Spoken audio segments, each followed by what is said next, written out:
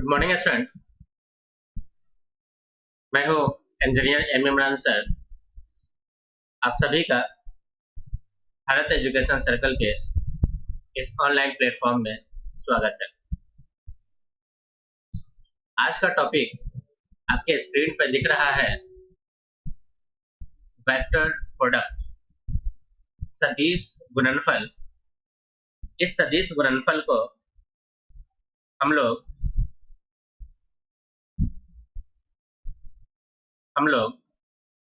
इस सदिश गुणनफल को हम लोग क्रॉस गुणनफल और ब्रज गुणनफल भी कहते हैं।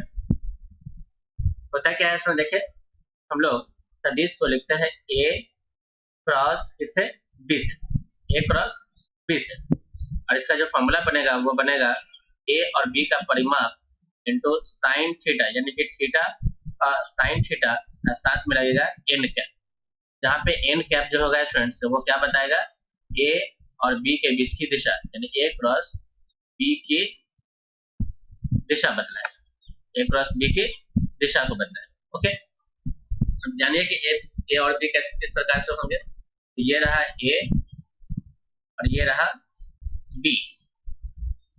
एक वैल्यू हमारा ए है, एक वेक्टर ए, एक वेक्टर बी, एंड थीटा जो है वो ए और बी के बीच का angle. Okay, theta is the angle between A and B. अब देखिए स्टूडेंट्स, यहाँ पे क्या कहा गया, दो सदिश राशियों का सदिश गुणनफल उन दोनों सदिशों के परिमाण यानी ए एंड बी तथा उनके बीच की कोण की ज्या के गुणनफल के बराबर होती है। मतलब क्या कहा गया कि दो सदिशों का जो गुणनफल होगा, सदिश गुणनफल, उन दोनों सदिशों के परिमाण तथा उनके बीच के कोण की ज्या के गुणनफल के बराबर होगा।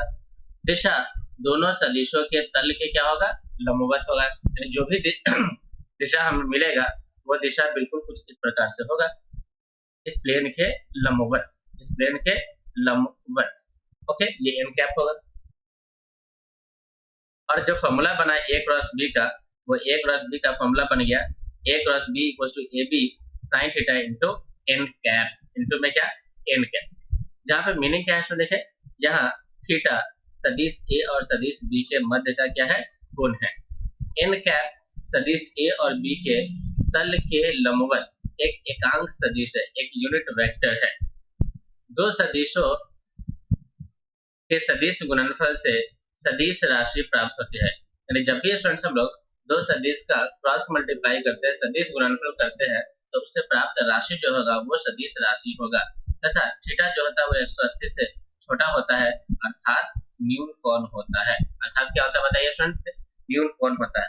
अब थीटा 180 से कम होगा तो इसका मतलब न्यून कोण हो गया, और साइन 180 से कम वैल्यू पे ये हमेशा पॉजिटिव होगा, तो इसका ये मतलब होगा कि ए क्रॉस बी जो होगा वो हमेशा कैसा राशि देगा, एक धनात्मक देगा। कैसा राशि देगा, एक धनात्मक क्वांटिटी देगा। ओके, अब यहाँ पे क्या है देखे, दो सदिशों के सदिश गुणनफल की दिशा का निर्धारण, यानी हम लोग एन कैप कैसे ज्ञात करेंगे।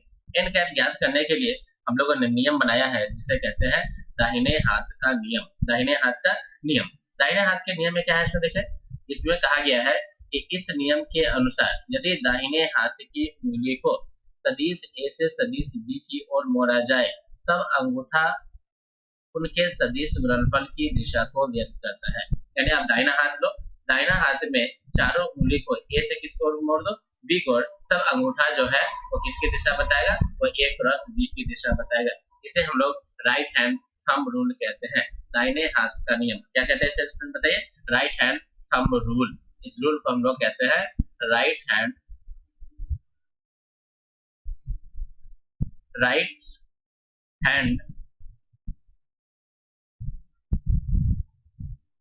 Thumb rule. 2 पॉइंट है,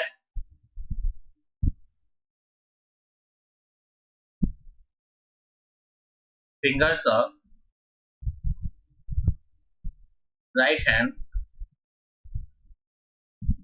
curve from कहां से कहां पर, vector A to vector B, A से बी की ओर मोड़े। उसके बाद देन हम जो होगा वो देगा, क्या देगा, will give direction of A cross B, A cross B. Okay, next क्या क्वेश्चन देखें। नेक्स्ट है, इसके विपरीत दाहिने हाथ की उंगलियों को बी से ए की ओर मोड़ा जाए तो सीधा अंगूठा उनके सदिश गुणनफल बी क्रॉस ए की दिशा को व्यक्त करता है। यानी इस बार जो होगा, जब बी से ए की तरफ उंगली लेके आए तो बी से ए की तरफ लाते समय यानी एन कैप की दिशा क्या हो गया, बदल गया। इसका मतलब कि ए क्रॉस बी, अगर हमारा रिजल्ट आता था A B sine theta N cap, तो इस बार बी क्रॉस ए जो है वो क्या आ गया, देखे वो आ गया माइनस का A B sine theta N cap. कहने का क्या अर्थ हुआ इसमें बताइए कि ए कैप बी कैप का जो परिमाण होगा, ए क्रॉस बी का जो परिमाण होगा वो आपस में तो बराबर होंगे, किसके, बी क्रॉस ए के, लेकिन दिशा क्या होगा इसमें बताइए, दिशा विपरीत होगा। ओके, तो ये स्टूडेंट्स क्रम विनिमय नियम का पालन नहीं करता है। यह क्रम विनिमय नियम का पालन नहीं करता है।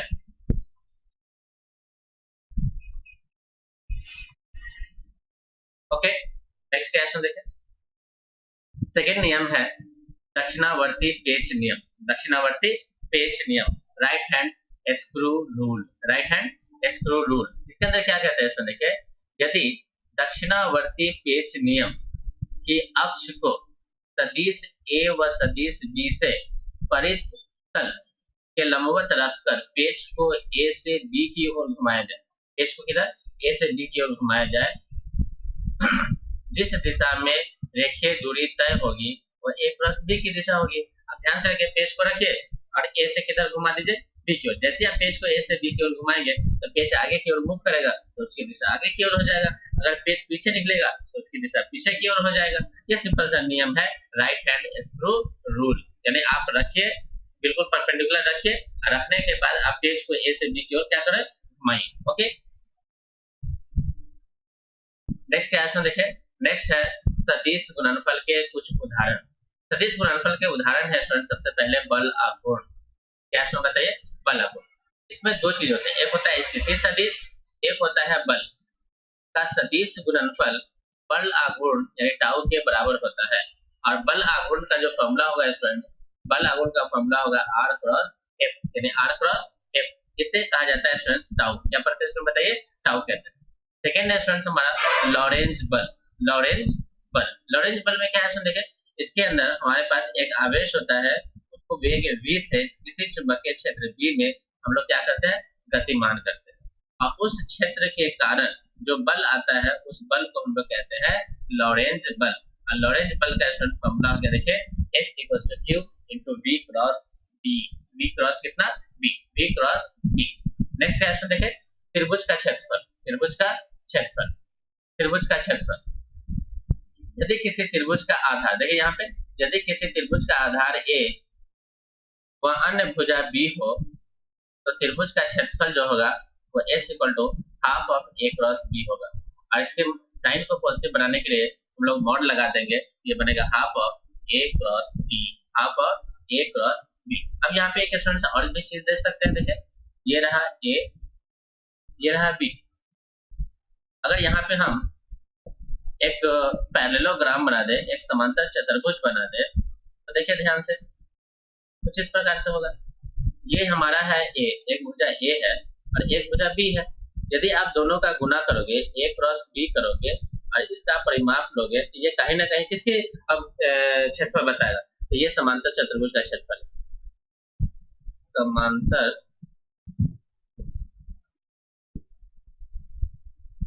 चतुर्भुज का ये क्या है, क्षेत्रफल। अगर आप इसका आधा कर देते हो, जैसे ही आप आधा करोगे तो आधा तो त्रिभुज हो जाएगा। तो यहाँ से देखिए त्रिभुज का क्षेत्रफल जो होगा वो आधा हो जाएगा किसके, समांतर चतुर्भुज के क्षेत्रफल के। ओके, नेक्स्ट है स्टूडेंट्स कोणीय संवेग। क्या है, कोणीय संवेग। कोणीय संवेग इसमें क्या होता है देखिए, एक होता है स्थिति सदिश, एक होता है रेखीय संवेग का सदिश गुणनफल। सदिश गुणनफल किसके बराबर होता है, ये बराबर होता है कोणीय संवेग की। और कोणीय संवेग का फॉर्मूला बन गया r क्रॉस p। जे बराबर हो गया r क्रॉस p। जे बराबर हो गया r cross p। Okay, next है स्टूडेंट्स समांतर चतुर्भुज का क्षेत्रफल। जैसा कि हम लोगों ने पीछे देखा है, मान लेते हैं किसी समांतर चतुर्भुज की आसन भुजाएं a और दूसरा क्या है b, तब उसका जो क्षेत्रफल होगा वो l क्रॉस b हो जाएगा। l क्रॉस क्या होगा, b हो गया। नेक्स्ट क्या है इसमें देखें, रेखीय संवेग तथा कोणीय संवेग में संबंध। रेखीय संवेग तथा कोणीय संवेग में संबंध। रेखीय वेग हो गया v और कोणीय वेग हो गया ओमेगा। अब देखिए स्टूडेंट्स यहाँ पे क्या है, हमारे पास एक रेखीय वेग है, यानी घूर्णन कर रही किसी वस्तु का रेखीय वेग v तथा कोणीय वेग ओमेगा तथा स्थिति सदिश r के सदिश गुणनफल के तुल होता है, यानी v equals to omega cross r। यानी कि घूर्णन कर रही वस्तु का रेखीय वेग कोणीय वेग तथा स्थिति सदिश के गुणनफल के तुल होता है। जो रेखीय वेग होता है वो कोणीय वेग और स्थिति सदिश के सदिश गुणनफल के बराबर होता है। ओके, नेक्स्ट है स्टूडेंट्स हमारे पास देखिए, नेक्स्ट है हमारे पास सदिश गुणनफल की विशेषताएं। सबसे पहला विशेषताएं क्या है, देखिए स्टूडेंट्स ये क्रम विनिमय नियम का पालन नहीं करता है। ये क्रम विनिमय नियम का पालन नहीं करता है। जैसे a क्रॉस b जो होगा स्टूडेंट्स वो कहीं ना कहीं negative of b cross a के बराबर होगा। b क्रॉस a के बराबर होगा। ओके, ये क्रम विनिमय नियम का पालन नहीं करता है। ओके, फर्स्ट पॉइंट, ये क्रम विनिमय नियम का पालन नहीं करता है। देख लीजिए यहाँ पे, ये क्रम विनिमय नियम का पालन नहीं करता है। यहाँ पे लिखा गया है इसमें देखे कि दो सदिश का सदिश गुणनफल क्रम विनिमय गुणधर्म का पालन नहीं करती है। जैसा कि यहाँ पे लिखा गया है a क्रॉस b हो गया ab sin थीटा और b क्रॉस a कितना हो गया इसमें देखे, तो b क्रॉस a हो गया हमारा ab sin। अब एंगल देख लीजिए b और a के बीच का एंगल, तो b और a के बीच का एंगल हो गया 2 पाई माइनस थीटा। जैसे आप रखोगे 2 पाई माइनस थीटा तो sin 2 पाई माइनस थीटा हो गया माइनस का sin थीटा, तो माइनस साइन बाहर निकल के आ गया, तो b क्रॉस a हो गया माइनस का ab sin थीटा। तो हम लोग देख सकते हैं स्टूडेंट समीकरण नेक्स्ट है कि b क्रॉस a जो हो गया वो नेगेटिव और a क्रॉस क्या हो गया, b हो गया। ओके, नेक्स्ट क्या है देखें, नेक्स्ट है हमारा बंटन गुणधर्म यानी वितरण नियम, यानी जिसको हम लोग डिस्ट्रीब्यूटिव लॉ कहते हैं। यहाँ पे students a cross b plus c, a cross b plus c जो होता है, यानी a cross b plus c वो कहीं ना कहीं a का b के साथ क्रॉस एंड a का किसके साथ क्रॉस होगा स्टूडेंट देखिए, c के साथ। सेकेंड है स्टूडेंट्स हमारे पास समांतर सदिशों का सदिश गुणनफल। अब यहाँ पे स्टूडेंट जब सदिश समांतर होंगे तो उनके बीच का कोण क्या हो जाएगा स्टूडेंट देखिए, थीटा यानी 0 डिग्री हो जाएगा। तब साइन 0 0 होगा, तो उस समय a क्रॉस b का जो मान होगा स्टूडेंट्स वो 0 के बराबर होगा। a क्रॉस b का मान किसके बराबर हो जाएगा, 0 के बराबर। नेक्स्ट है स्टूडेंट्स समान यानी तुल्य सदिशों का सदिश गुणनफल। अब स्टूडेंट्स यहाँ पे समान सदिश है और ये तुल्य है, समान है, इसका मतलब दोनों के बीच का कोण कितना हो गया, 0, और साथ ही साथ a और b आपस में बराबर है। अब थीटा 0 है तो इसका मतलब a क्रॉस a और b क्रॉस b का मान कितना हो जाएगा स्टूडेंट देखिए, 0। a क्रॉस b और b क्रॉस a का मान कितना हो जाएगा, 0 के बराबर होगा। ओके, नेक्स्ट क्या है देखिए, नेक्स्ट है लंबवत सदिशों का सदिश गुणनफल।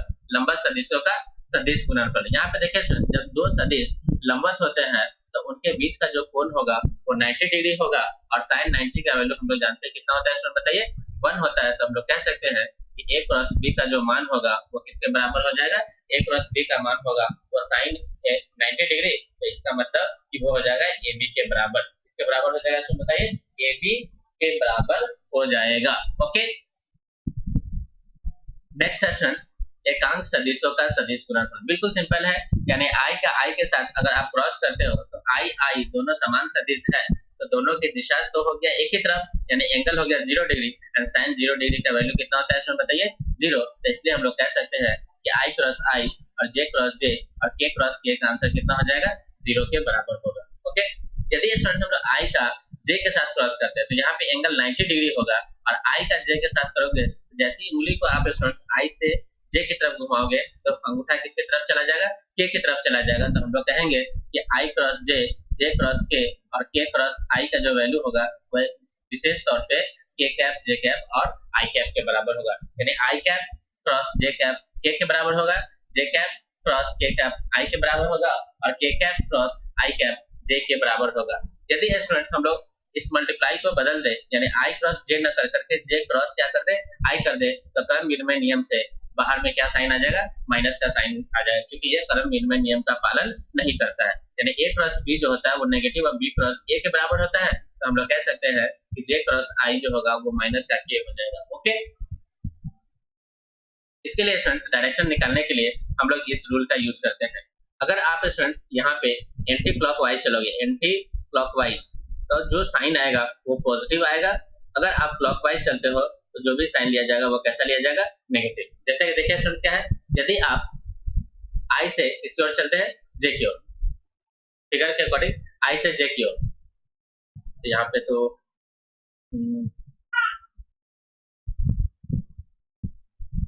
यहाँ पे अपोजिट किया गया है, एंटी क्लॉकवाइज में कहा गया कि आप नेगेटिव लीजिए, क्लॉकवाइज में क्या कहा गया पॉजिटिव ले लीजिए। ओके, जैसे आप i से j की तरफ चलेंगे, i से j की तरफ साइन क्या हो जाएगा प्लस का k। तो देखिए यहाँ पे क्या कहा गया है कि इस चक्री में यदि i j के चक्रीय क्रम यानी दक्षिणावर्त, चक्रीय क्रम यानी दक्षिणावर्त में आते हैं तो सदिश गुणनफल कैसा हो जाएगा धनात्मक हो जाएगा। सदिश गुणनफल कैसा हो जाएगा धनात्मक। यदि चक्रीय क्रम में नहीं आते हैं यानी वामावर्त होते हैं तो उस स्थिति में ये सदिश गुणनफल का साइन कैसा हो जाएगा ऋणात्मक हो जाएगा। यदि चक्रीय क्रम दक्षिणावर्त है तब तो आपका साइन कैसा हो जाएगा पॉजिटिव हो जाएगा। यदि आपका चक्रीय क्रम में नहीं आते हैं यानी वामावर्त होते हैं तो इस स्थिति में ये क्या हो जाएंगे ऋणात्मक हो जाएंगे। ओके, नेक्स्ट क्वेश्चन देखें, सदिश गुणनफल घटकों के रूप में। हम लोगों ने क्या किया स्टूडेंट्स, दो सदिश मान लिया, एक सदिश मान लिया वेक्टर a बराबर ax i cap plus ay j cap plus az k cap. दूसरा हो गया स्टूडेंट्स b बराबर bx i cap by j cap and bz k cap. यदि स्टूडेंट्स आप a क्रॉस b निकालना चाहते हो, a क्रॉस b निकालना चाहते हो तो आपको फॉलो करना पड़ेगा डिटरमिनेंट। इसको स्टूडेंट्स हम लोग क्या कहेंगे डिटरमिनेंट कहेंगे। क्या कहेंगे इसको बताइए, डिटरमिनेंट या इसी को स्टूडेंट्स हम लोग कहेंगे सारणी। क्या कहेंगे सारणी। अब सारणी के लिए स्टूडेंट्स हम लोग क्या करते हैं, ये दो बड़े से हम लोग लाइन खींचते हैं जिसको हम लोग मॉड के नाम से भी कहेंगे या यहाँ मैथमेटिकल टर्म में इसको हम लोग कहेंगे determinant. Determinant a cross b का मतलब हो गया डिटरमिनेंट ऑफ, यहाँ पे लिखेंगे students i cap j cap k cap और यहाँ पे सबका कोएफिशिएंट लिखेंगे। i का कोएफिशिएंट हो गया ax bx, j का कोएफिशिएंट हो गया ay by और उसी तरह k का कोएफिशिएंट हो गया az bz।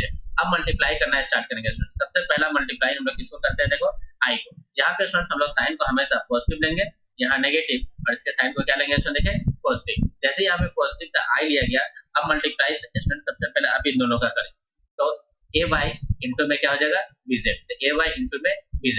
अब अपने मर्जी से आप माइनस साइन लगाओ और इसका मल्टीप्लाई अब इसके साथ करो तो देखिए क्या बन जाएगा ये माइनस का az into by। Okay, first step clear हो गया। अब सेकेंड स्टेप के लिए स्टूडेंट्स क्या करोगे, आप चलोगे सेकेंड स्टेप के लिए माइनस का j से, तो माइनस का j को आप बाहर कर लीजिए।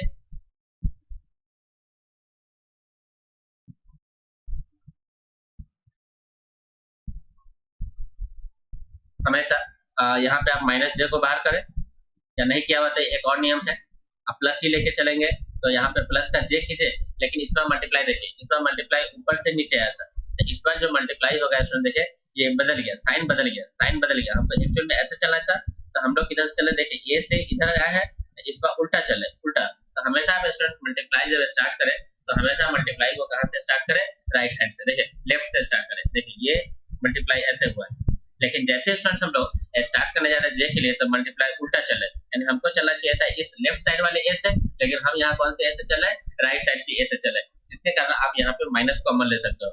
तो इन वैल्यू से यदि आप स्टूडेंट्स माइनस को कॉमन ले लो तो माइनस कॉमन लेने से क्या बन जाएगा, देखिए माइनस का j into ax cross BZ minus का एजेड क्रॉस एजेड का इसके साथ मल्टीप्लाई बीएक्स के साथ मल्टीप्लाई।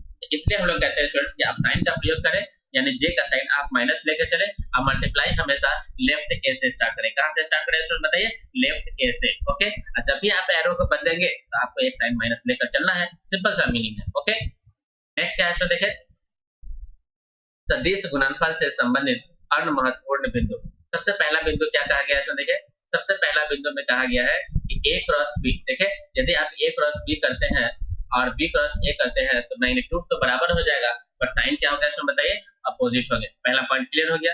दूसरा कहा गया है स्टूडेंट्स, यदि आप दो समांतर सदिशों का सदिश गुणनफल करते हैं तो हमारा ए क्रॉस बी का मान कितना हो जाएगा इसमें बताइए? 0 के बराबर होगा। दो तुल्य सदिश जिनका आप गुणनफल करते हो तो ए क्रॉस ए का आंसर 0 हो जाएगा, क्योंकि उनके बीच का जो थीटा है वो किसके बराबर है? 0 के बराबर है। ओके, नेक्स्ट क्या है इसमें देखें, यदि आप बी क्रॉस बी भी करोगे तब भी आंसर कितना हो जाएगा? 0 के बराबर आएगा। दो सदिशों का क्रॉस गुणनफल 0 होगा यदि उनमें कोई सदिश 0 होगा या सदिश समांतर हो। यानी क्या कहा गया इसमें देखें, यदि ए क्रॉस बी का मान 0 है तो उस स्थिति में या तो ए 0 होगा या तो बी 0 होगा, या तो ए और बी के बीच कैसा बनेगा? एंगल 0 डिग्री बनेगा, यानी ए और बी आपस में क्या होंगे? समांतर होंगे। यदि स्टूडेंट्स ए क्रॉस बी का मान अगर 0 होता है तो ए 0 हो सकता है, बी 0 हो सकता है, या ए क्रॉस बी का मान कितना हो जाएगा?